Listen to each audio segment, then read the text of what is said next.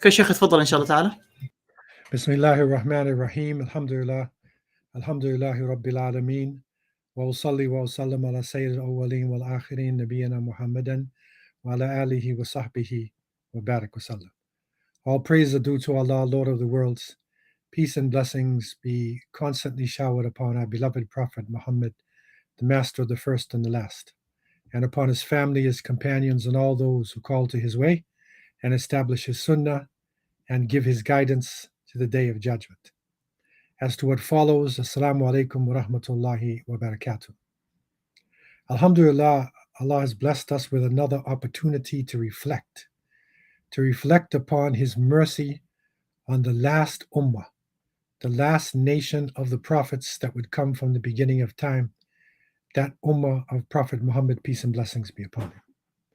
And one of the unique parts of this ummah that the Prophet, peace be upon him, had described is that he was not sent only to his tribe, but he was sent to every nation and to every tribe, and to the jinn, creatures from smokeless fire.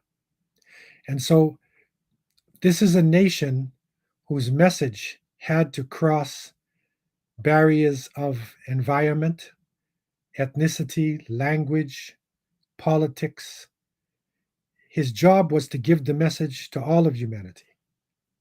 And within 100 years, the message of Islam in its final form had gone far east to China. They had gone far north up to Chechnya and Dagestan. They went deep south on the Swahili coast. They went far to the west, to Morocco, and even looked across the Atlantic. And this is what could be called the known world. And so what was known at that particular time to the people living in the Mediterranean region, North Africa, East Africa, much of Asia, the major civilizations, Islam had reached, the message of Islam had reached the people. And this is unique because there is no other message, there is no other religion, there's no conqueror who was able to go so far with his message, and the people are still believing and functioning by the message. And so in order for this to happen, there had to be major incidents that happened, because you're literally going from one environment and you switch to another environment. You're going from one civilization and then you switch into this new civilization. And so what we are looking at is pivotal moments of the switch. Also, we are looking at points where there was a danger for the Muslim world to be totally destroyed, and it pivoted. An about-face happened, a change went on, and Muslims were able to continue, not only continue, but to thrive and to reach new borders and to reach new people. And so these pivotal moments, there are some, of course, which you would expect to get in the life of Prophet Muhammad ﷺ. We want to look at some of the pivotal moments that may not be so well known by the Muslim world and to people, and to bring out these pivots in a new light.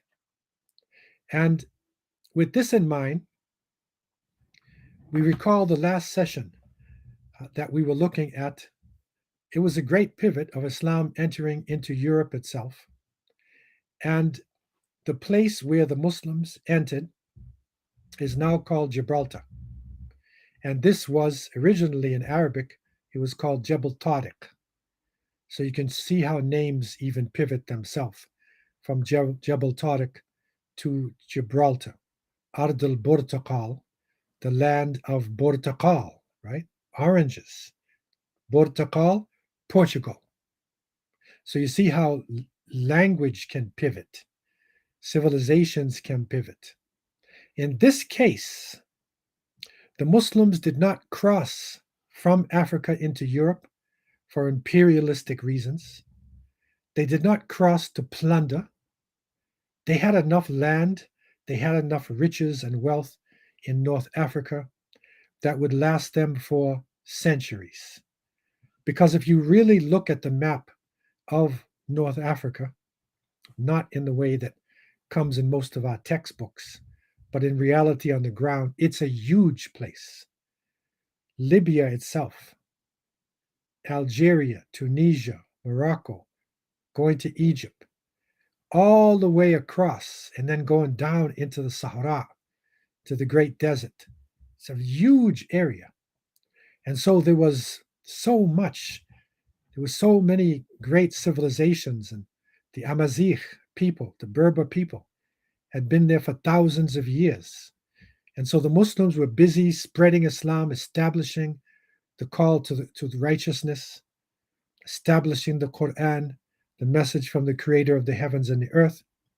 And so at that point, a message came to them based upon Ilian or Julian, who was the Spanish Christian leader living in Ceuta or Ceuta. And this is that small point that sort of sticks up from Morocco, and on the other side is Gibraltar. So that little section there, it's still Spanish controlled, but they lived under the Muslims controlled, and they paid the jizya, they paid the poll tax, and they were subjects of the Muslim leaders, because that's the way Islam is built. Minorities can live underneath Islam as long as they follow the basic civil laws within the society itself. And so Ilian got a message from Spain. He had sent his daughter. He was Spanish himself. He sent his daughter to Toledo, which was the educational and political capital at the time. And she was raped by King Roderick of the Visigoths. And Roderick was the emissary or the representative of the Catholic Church, the Trinitarian Catholic Church. And it was that struggle now between unity and polytheism, monotheism, polytheism, Tawhid, Shirk. This is the struggle of the region and the world itself. And so on the Iberian Peninsula, which is now known as Portugal and Spain, there were the Vandal people who were Gothic people. They were European origin, but they refused to accept the Council of Nicaea. And although they were Christians, they were considered to be heretics. And so the Visigoths were dispatched by the Trinitarian Roman Church, and they took over the land, and they were imposing the Trinity on the people. They were also imposing their taxes on the people. And at the same time, around 586 BC, a group of Jewish people who were exiled from Jerusalem by Nebuchadnezzar, the Babylonians, they made their way into Spain, and they thrived. And of course, they are believers in one God. So a struggle was going on, and Ilian was offended by his daughter being raped. He wanted revenge, and he made it known to the leader of the Muslims, whose name was Musa bin Nusayr.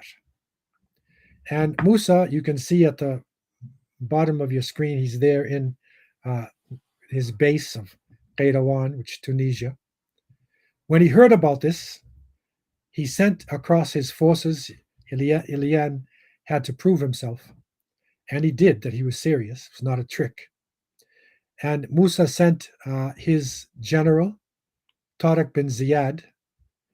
He was Amazigh of the Berber people, fluent in Arabic, fearless leader, tireless innovator and change, and he was a great man. And Tariq then went across and defeated the forces of Roderick in 711. That was the pivot point that we studied, because it was there. The Muslim forces were in Europe now. Tariq went forward. In 712, Musa followed Tariq, and within a short time, they had taken over the whole of the Iberian Peninsula except for some craggy mountain area, Leon, far in the north. This was unprecedented because the cities, uh, whether it's Granada or Toledo or Valencia or Seville or Cordoba, they were surrounded by walls and they were well watered and they had food. It would take months for a small group like what the Muslims had. But no, the people opened their doors, especially the Jewish people, because they knew that the Muslims believed in one God and they were not forcing people to accept their religion. And so the Muslims then moved rapidly throughout Spain, unprecedented. And this was something that the people hadn't known for years. The taxes were lifted for the most part. They were not forced to be Trinitarians or any religion. It was a sense of freedom. And they went up the rivers, Qual de Vir, Wadi el Kabir. They went right up, beautiful places. And it was for 40 years that the people of Andalus enjoyed this type of freedom. But the problem that they faced is that Spain is a very big area and a lot of terrain. It has its own politics. And so their leadership was coming from Qayrawan in Tunisia. That's where Musa bin Nusayr and the leadership of the Muslims, or Damascus, because the Muslims at that time were ruled by Banu Umayyah. That's the Umayyads. And that's a long distance. Things started to get out of control. And people have their tribalism. They were the newly found or the newly immigrated Arabic-speaking people who came along with the forces. They were the Amazigh people, the Berbers of North Africa. They were West Africans. There were the European people themselves. And there's Christians, there's Jews, there's Muslims. There's a lot going on. And without central leadership, it becomes very difficult. And so this is a point. It's like a fork in the road. Either it would just be a conquest that would be lost, or would turn into something amazing. And it's at that point that we have our pivot. And that pivot was in the form of Amir Abdurrahman ibn Muawiyah. Now, this is a strange pivot because it's not something which is a movement or it's not a great battle, but it is the entrance of an individual. Allah subhanahu wa ta'ala raised up this person. The circumstances that were facing his people, the Umayyad dynasty, were such that he was forced to leave from Damascus and he ended up in Spain. How is this possible? The man is Abdurrahman ibn Muawiyah, and it's not Muawiyah ibn Abi Sufyan.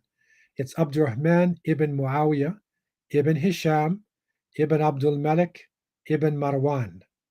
Okay, so this is the Umayyad dynasty, right? Marwan al-Hakam, and it goes up right to Muawiyah himself. So this is down from the original Umayyads. And the Umayyads at that time had gone through that cycle. It's like almost 100 years. And it's not the same as it originally was. That original spirit was not there in the beginning, not there, that was in the beginning, was not there now. And so there were rumblings going on. And in many cases, the Arabs were given preference, especially in Iraq, in the area of the Persians. And so this was a mistake because Islam is not based upon race or tribe. It is a meritocracy. The person with the most merit is supposed to be the one who's in leadership. And so a rumbling was going on. And a movement developed which was led by Banu Abbas called the Abbasids. And they overthrew the Umayyads. Now, of course, this is a long history. You need to read, some of the details about it. But they overthrew the Umayyads. And with this politics and tribalism in mind, they wanted to wipe out the Umayyads. They did not want to have any of them left. So they went about killing the Umayyads so that they would be the dynasty that would rule. Of course, this is not Sunnah, this is not Islamic, but this is what happens when people are dealing with their humanity, their tribalism, and sometimes they are going off the path. And so these are the circumstances. It's a coup. It's a destruction of a ruling class. Another ruling class is coming in. The Umayyads are being liquidated, male and female, and there's only a few of them left. And so Abdurrahman ibn Muawiyah and his brother Yahya, they leave from Damascus.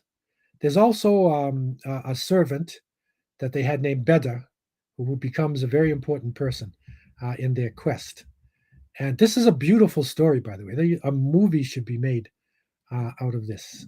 And so Abdurrahman and Yahya then flee. They go to the Euphrates River. And they're going along the Euphrates, and the Abbasids send their assassins. So they send a special team to find everybody, and they heard about them, and then they chased them. And literally, you have the Euphrates, they jump into the Euphrates, and they're moving west over the Euphrates from the eastern bank. And Yahya is tired, and he hears the assassins say that we'll take care of you. Don't worry. Everything is all right. We'll spare your life. We'll take you back. It's just a political change. But Abdurrahman is very cunning and intelligent. He said, don't do it. But Yahya was weak. So he went back, and just imagine Abdurrahman is in the water. He turns around, sees his brother go to the shore. They immediately, kill him, cut his head off, send it back to their leadership. And Abdurrahman continues. He's now running for his life. And he meets his servant Bedr, and they move through Palestine. They go down into Egypt.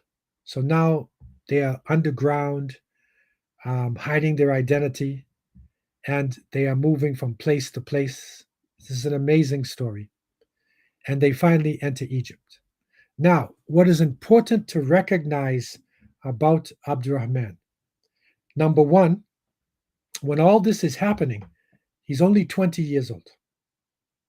So he's still a young man, highly intelligent, natural leader, circumstances that are around him. Another important point is that his father is of the Banu Umayyah, but his mother, Raha, she was a Mazigh. She was a Berber. So it's an Arab father and a Berber mother. So therefore, he has roots in North Africa. This is the will of Allah, right in play in front of your eyes. So he goes to Egypt, and then they recognize that he is an Umayyad, and he's Berber. So they say you should go west, especially now that the Umayyad dynasty is being destroyed. Cairo is not safe. And you can see even there are so many stories, and one of his relatives, because he is of the Nafsa clan of the Berbers, and one of his relatives in Cairo, now that the Abbasids reached this area, and they're looking for him, and she literally hides him amongst the women's things. So he's literally hiding in the dresses and whatnot. He's got to do anything to survive. And he makes it out, and he heads toward Tunisia. And Tunisia at that time, the rulers still had the feeling of Banu Umayyah, because it was the Umayyads who sent them there. It was the Umayyads who established the dynasty there. They established the rule, the Khilafat, in that area. And Musa bin Nusayr was coming directly out of Umayyad leadership. And so Abdurrahman, rahimahullah ta'ala, reaches that area. And the leadership there recognizes very intelligent move. And they tell him that you should go to Al-Andalus.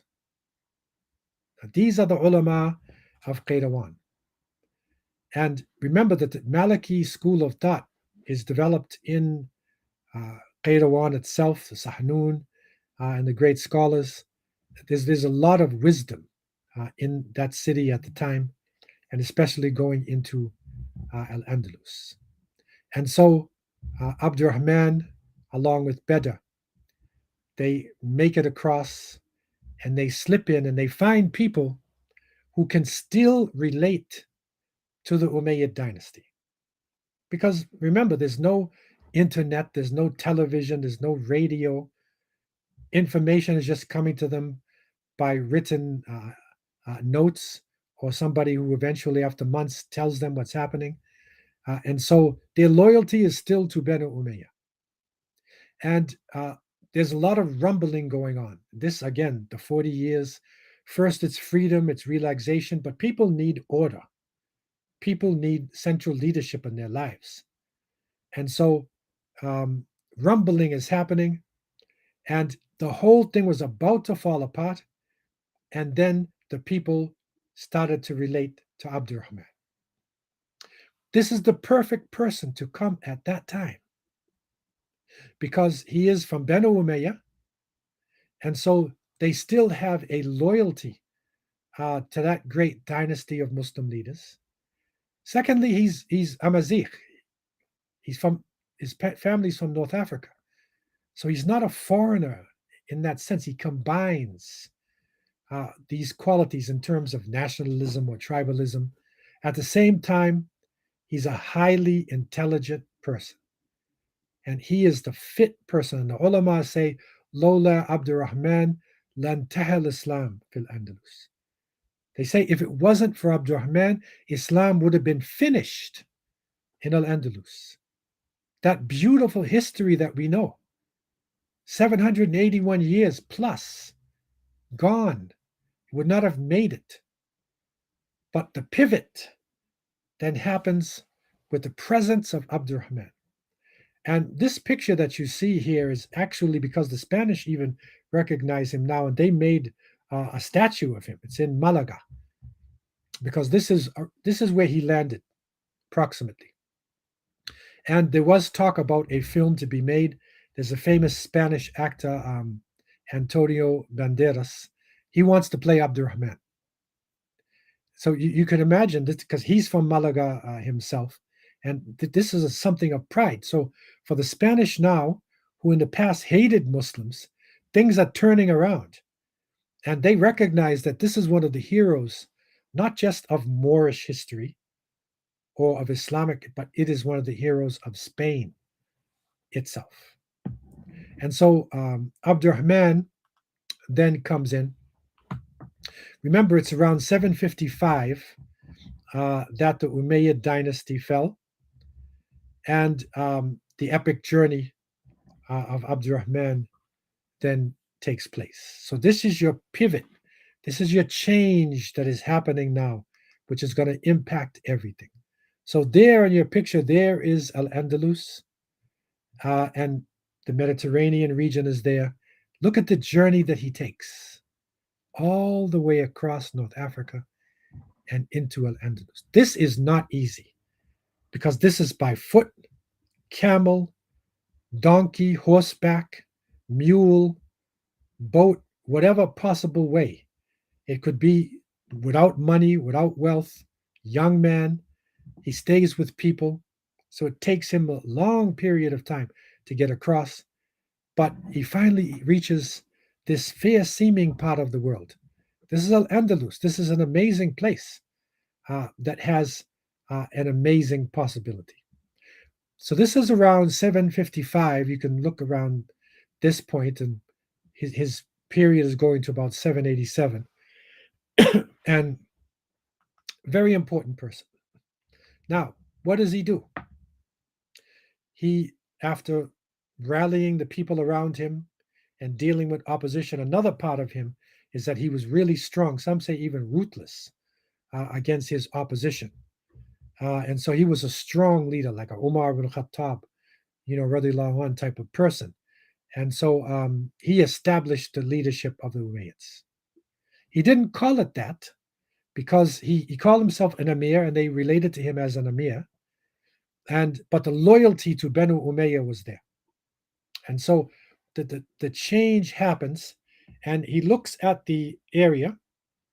The former capital was Toledo, that is a little bit above the center, but just below in a desert region, which is similar to what the Muslims knew in Syria and the Arabian Peninsula. He establishes Cordoba or Cortaba, and he makes it the capital. Now, these coins that you see on the screen, these are actually coins minted during the time of Banu Umayyah. So they literally eventually were minting coins, and this is a serious change that's going about. What did he do? Let's look at the steps that he made to make this pivot. And this is also training for leadership. And what does the leader do? Does the leader just come in and sit on the throne? No, he thought strategically. And because Islam is based upon the belief in Allah subhanahu wa ta'ala, and because the Prophet Muhammad sallallahu alaihi wasallam, one of the first activities that he did was that he established the masjid. Remember the three activities that happened when the Hijrah came. We studied this in the Hijrah time. First, it was to strengthen the relationship of the believers with Allah, and that is all-purpose Islamic center. Second, that is to establish brotherhood between the believers. And third is to strengthen the relationship of believers to people of other faiths. And that's with the Constitution. So Abdurrahman is following this prophetic model. And there's a huge place that is there. It was originally a pagan temple, indigenous people, and then it turned into a pagan temple of the Romans. So the Roman belief then came in, and then Catholicism came in, and it turned into a cathedral, and now it was being shared by the Muslims and shared by the Christians. It's the center of the town. So the town is built around this structure and the courtyards and what that is around. So Abdurrahman then purchases the building. Now, key point here. He gives 100,000 dinars to the Christian inhabitants. He's respecting their religion, respecting their house of worship, and he now begins to develop this former cathedral to be the Jamia, Masjid al-Jamia of Cordoba. This is not only the largest house of worship in Spain, but it is probably the largest in the whole of Western Europe. Now remember, on the eastern side, you have Constantinople, the Hagia Sophia. But on this side, this is the largest house of worship. So he establishes it. Also, how does he establish it? He establishes as this all-purpose Islamic center. So there's not only prayer being done inside, but there is also ta'aleem, education. There is welfare going on. The poor are being fed.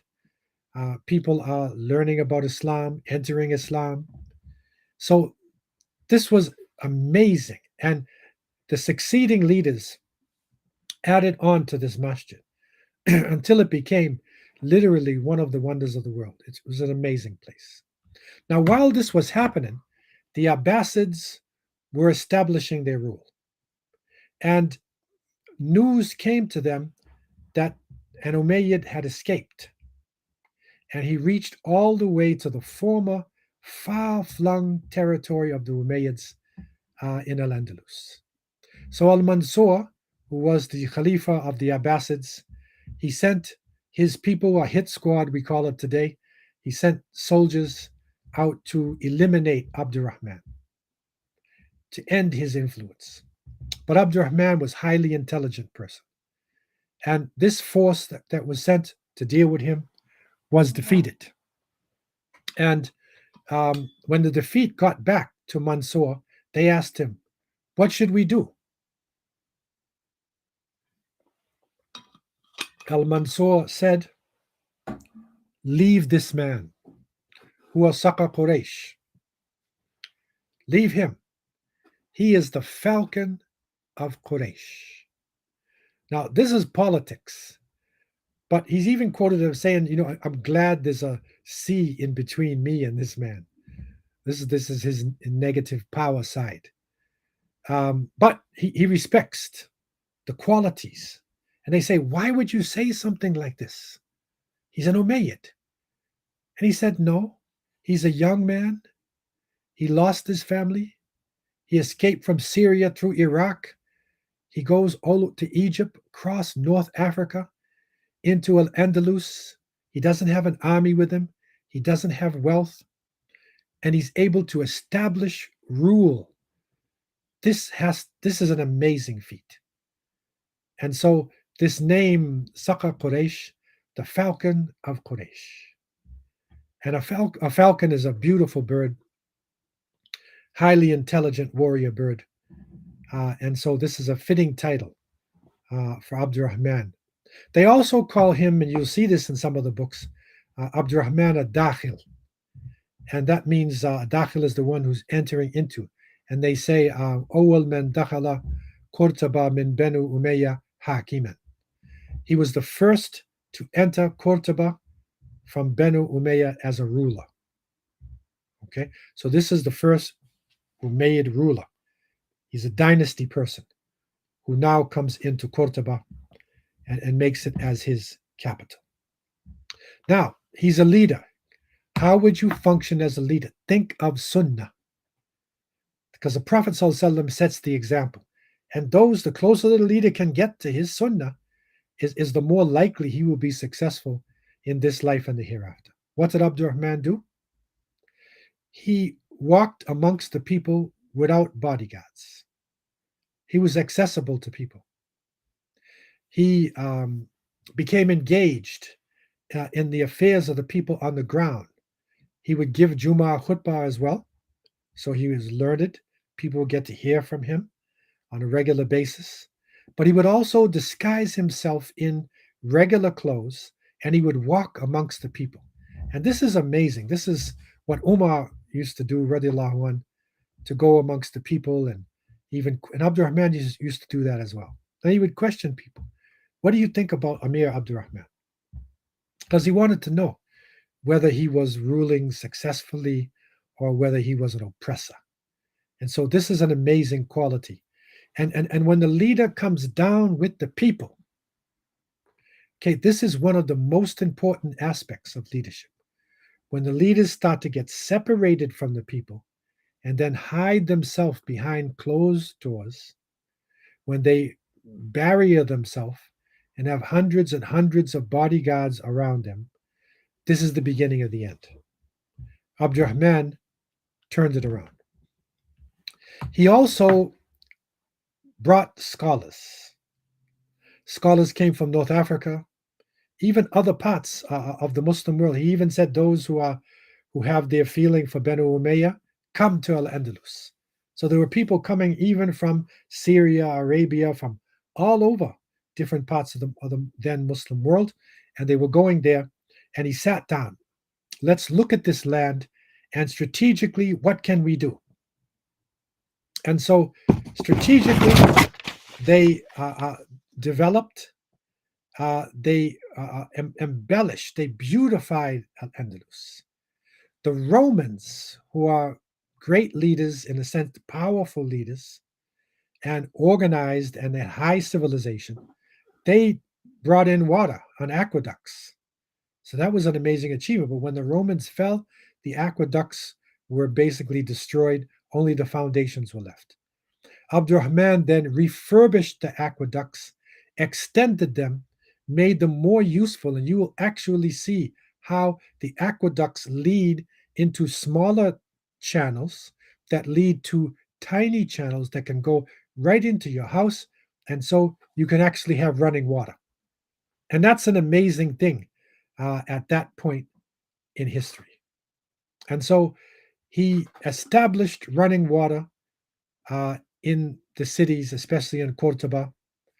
And he had the scientists study the land, and they recognized that in terms of plant life, it was fair seeming for citrus fruits, also pomegranates, and different type of the dates, of course, and different types of fruits were brought in, and vegetables and orchards and gardens were made. This is upward mobility. This is what a leader is supposed to do, not hoarding the money to himself and living a good life, and his people are starving to death, even as you see in the world today. The rich are getting richer and the poor are getting poorer. No. So this is an example for all times. He used the wealth to raise the standard of the society itself. And an amazing study is done. He's looking at the type of soil, what can be planted, the environment, even pomegranate itself, that is really Pum de Granada. It is the apple of Granada, because this is where it's really came into its development. We still say pomegranate, Pum de Granada, the apple of Granada. And so this is another amazing thing. So he's helping the people. He's taking care of the welfare of the masses of the people. Okay, this is a great leader. He then empowers the people themselves. He builds hospital. So now, if you got running water, you have tahara. Then hospitals, clinics, places to wash up and to be clean. And he develops schools and public baths. Now, that's something that was not known in Europe. Even the monks would go years without bathing, and it was like a badge of honor. So bathing and public works, places where you could get waters, is in the city up until now. You will see fountains that are there in strategic places in the ancient cities from this time. And this is something not known in most of the world, because generally this running water and this progress is for the rich people. But he did it for the whole city.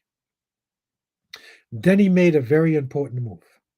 He established free education for children right up.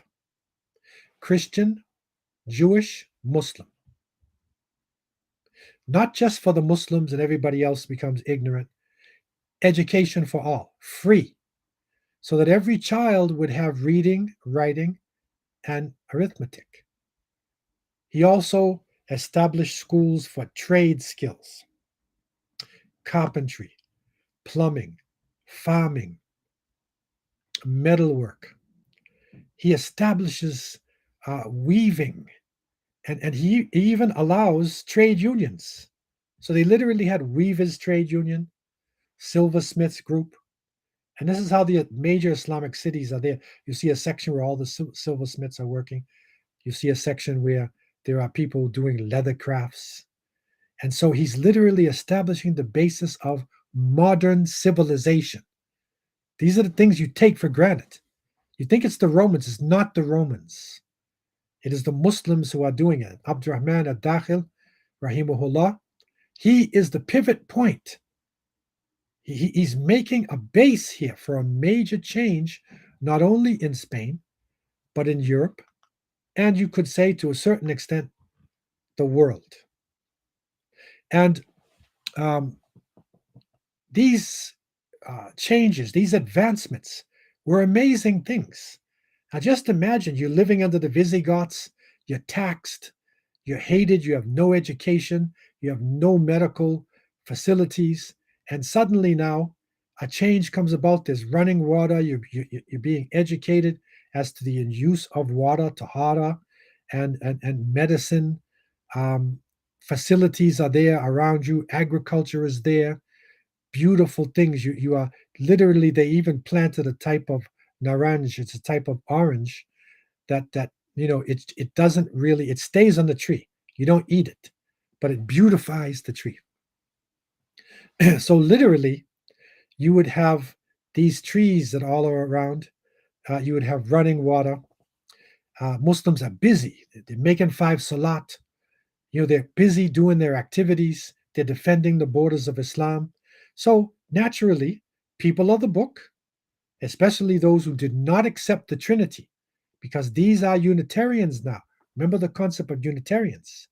So Unitarians are here. So it's easy, especially for the Christians, because Muslims believe in Jesus and Mary, Isa alayhi salam as a great prophet, born without a father, Mary a virgin. May Allah be pleased with them both. That's within Islamic beliefs. So once the veil of propaganda and lies is taken away, it's easy for a sincere Christian, especially one who is a monotheist, to easily embrace Islam, and it happened. And so they came in droves. The Jewish people, of course, they have more of a foundation, but there were Jewish people also accepting Islam. And so Muslims are growing in number, not because waves of hostile Moors, colored people coming in from North Africa, like the Spanish put in their textbooks. No, it is because of the progress, the upward mobility of Islamic society. This picture here, you look at it and you say, oh, that's a Moorish palace. And yes, it is built in the style of a Muslim palace. It's called Al Khazar. And up until today, if you go to Seville, and you'll see it, Al Khazar, people, this is one of the major tourist attractions, and you will go there. But what's strange, you say, because, it looks like Granada, Alhambra. And Alhambra is the great palace of Granada, and that's where the Muslims were for their last 250 years. But why is this like this? That is because Pedro I, who ruled from 1364 to 66, when the Christians had taken over this territory. Remember, this is hundreds of years after the beginning times. But when they had taken over, he fell in love with Muslim society. So he hired architects and builders to come from the lands of Granada and to build a replica of the Alhambra. And this is amazing because when finally Granada did fall, the Alhambra, after years, fell into disrepair. And so they had to sort of build it back. But this, in the style of Alhambra, because it's a palace. And so from Pedro I, other Spanish kings and queens, they would live part of their time in the palace, and they took care of it. So you will literally see some of that original Andalusian design, the color combinations, the type of architecture that they developed with the running water. You'll see it there in this Al-Qasa, that's where Al-Khazar comes from. You see it in Seville. So if you get a chance to visit Spain, make sure you go to Seville and you go to Al-Khazar, and you'll see that right near it is also a huge cathedral. That's where the Jamia Masjid was. There's a minaret there, which was later built by Al-Muwahidun, Al-Muhadis, right? But for our intents and purposes, we're going back to the time of Abdurrahman al-Dakhil, and just after him, his successor and his successor, people are coming into Islam. Peaceful. There's no forcible conversion that is going on. And so Abdurrahman and his successors, they made amazing achievements. And around the year 1000 AD, Cordoba was one of the largest cities in the world.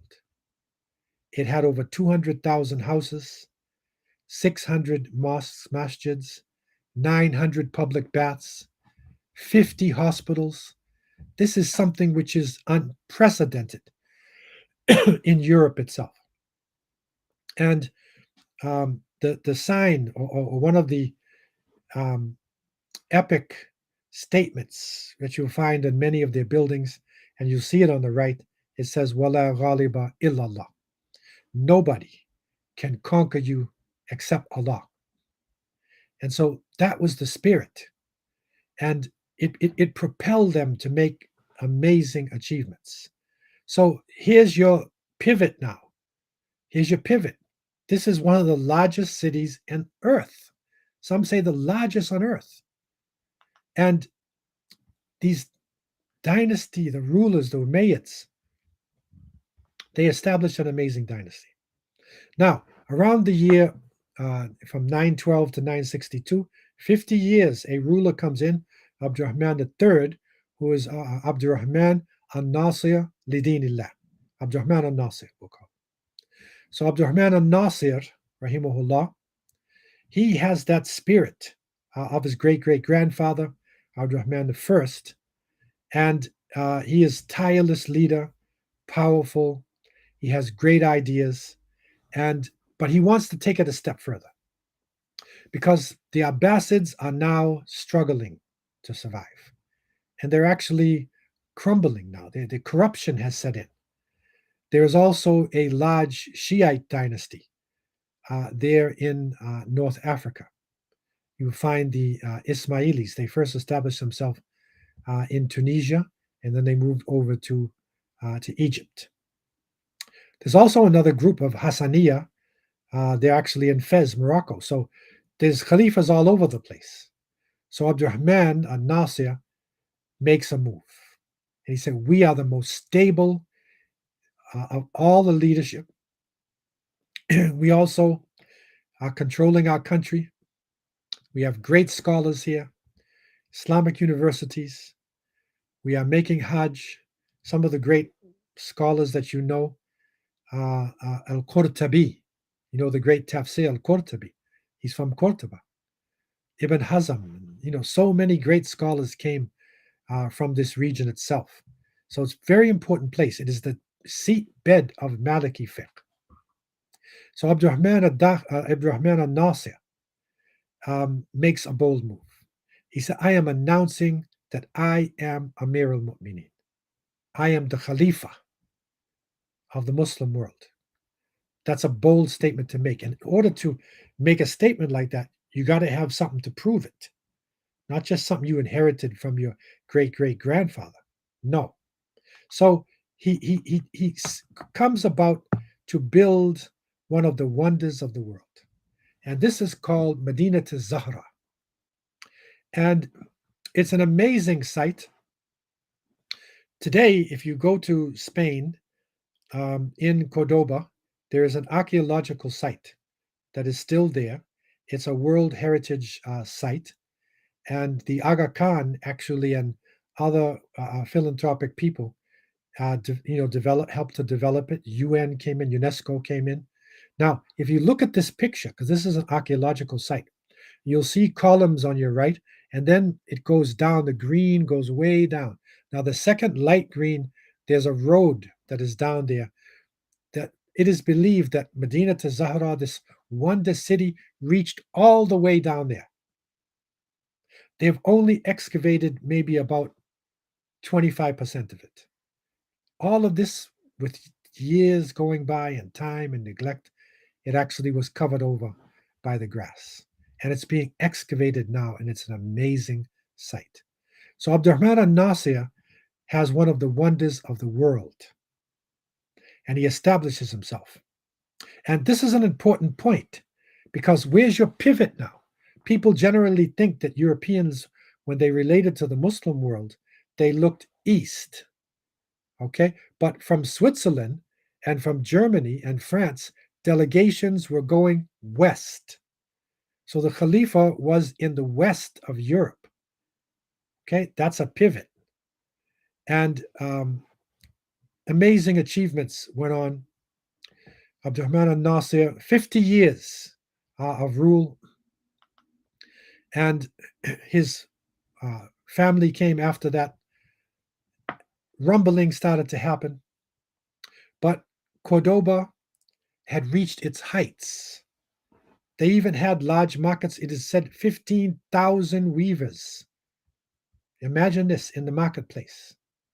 The streets of Cordoba were lit 10 miles in any direction. Running water. It took Paris and London 700 years to achieve this. 700 years. Think about this. Because if that's the case, and if Muslims here in Toledo and Cordoba and Granada and then in Baghdad and in other parts of the Muslim world, Cairo and Timbuktu and, Qarawiyin, Qayrawan, other places. This is the Renaissance. So the real Renaissance of Europe happened here. And the European scholars would sit at the foot of Muslims and they would gain their knowledge. That's where your Renaissance comes from. Even one scholar, I mean, he's even mentioned that you even see how you got this black robe and you're wearing something on. This is all taken from the Muslims. The graduation ceremonies, it's the university system. Oxford University, the top university in England, if you look into one of the old libraries where the founder established, you'll see Arabic writing there because they were literally bringing over Arabic texts and translating them. The Renaissance of Europe was translation. Pivot. The pivot came about from Abdurrahman. And so in Al-Andalus, Jews, Christians, Muslims living together harmoniously. Convivencia is what a term they're using today. Most populous, industrious land in Europe itself. Okay, it was flourishing. Even Jewish scholars would tell you this is the golden age of Jewish literature, Maimonides. It's during this time. So this comes about. This is an amazing change. And this is a stamp coming out of Portugal recently, and it is saying the Qanun de Avencina. It's really a Qanun, which is the law of Ibn Sina. But you see, they even reached the point where they're not going to lie, and the person in the stamp is a Muslim. So times are changing, and people are recognizing what has happened. But I want to remind you also, because question may come with all this great achievement and how did it fall? And this is where we need to critically study Andalus, critically study what happened. There's Ebenhaldon's cycle of rule. And that is that when dynasties are established, the beginning, they live by their morals, they're strong, they're powerful. Their children still have that same spirit, but the next generation maybe is born in the palace. So they start to get weak and they start to lose it. And so it's almost like 100-year cycle in a sense, that you see dynasties go up and go down. And this theory in his Muqaddamah, Ibn Khaldun, that's why he's called the father of sociology. So this started to kick in. And you can literally see, this is probably the best study, I would say, in the world to study the cycle. From our point of view, and we need to benefit from this, what happened? Wealth. When too much wealth starts pouring in. Also, fighting with each other, arguing, disputing, and then disunity. Once the disunity comes, then your enemies start to pour in. Corruption comes. You can't blame your enemies because it started inside of yourself. And it's only if there is a revival that comes afterwards that you can return to your original sources and your original strength. Okay, so this is the example of Al-Andalus. It is a shining civilization, 781 years plus that it is there. It's a good example of the rise and fall of Islam. But for us, there was a pivot that happened around 751, remember, right? In the 750s, it was Abdurrahman. As the ulama said, Lola Abdurrahman, lan tahal Islam fil Andalus. If it wasn't for this man, Abdurrahman, al-Dakhil, Islam would have been finished in Al-Andalus. Not only what would it have done, that would have destroyed the Renaissance of Muslim lands in the West, but also the West itself, European Renaissance. It influenced the world. So this is an important pivot in Islamic history. And this is an important individual to study. If you want to study leadership, then this is one of the people you should use as a model. Not perfect. He was kind of ruthless, with his opposition, but he tried his best to go to the Sunnah. And so when you see these qualities, you see the power of Allah Azza wa Jal manifest, and the pivoting coming, and the changing of the course of history. So I want to leave you with these thoughts here, and I want to open up the floor for any questions that you may have. I'll take this down, and we want to open up the floor and see if there are any questions.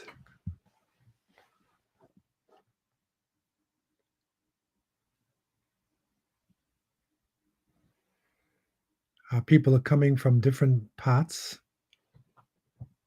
and the question, you can put it into a question area. You can put it in the chat as well.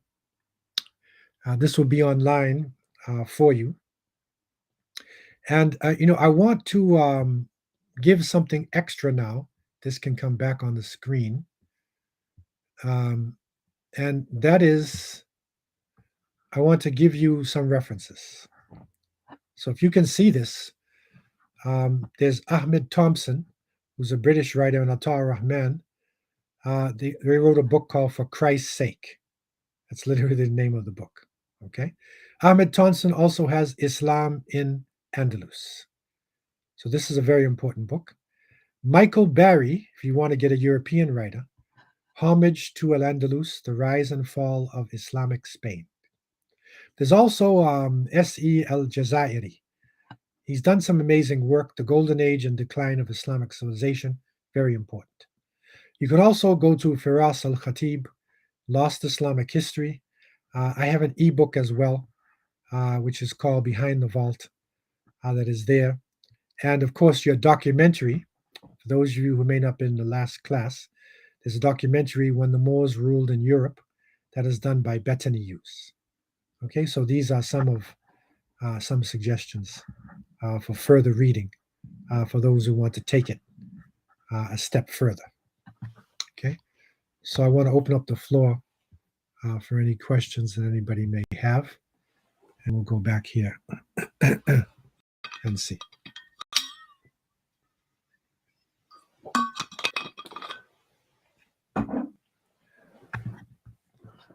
So these are some of the questions one asked about the books, but the best one to get, clearest, and Islam in Andalus, Ahmed Thompson. He's a British Muslim, but Ahmed Thompson, For Christ's Sake, can also give you a background as well. Excellent work. Okay, and some of the other names that I gave. So we want to go and see if there's any other questions that anybody has. And this becomes another important pivot, another change in the world. And inshallah, we will go on to the fourth pivot. This is one which you can easily follow up, and to see what is left. The Alhambra Palace is still there in Granada. The Jami Masjid in Cordoba is there. So you can literally go back. It's a cathedral. You got to respect the cathedral. But the people of Cordoba loved it so much that when the Christian rulers eventually took over through the corruption of the Muslims, they wanted to destroy it. But the people said, no. You can easily destroy it, but you will never be able to build back something as beautiful as this.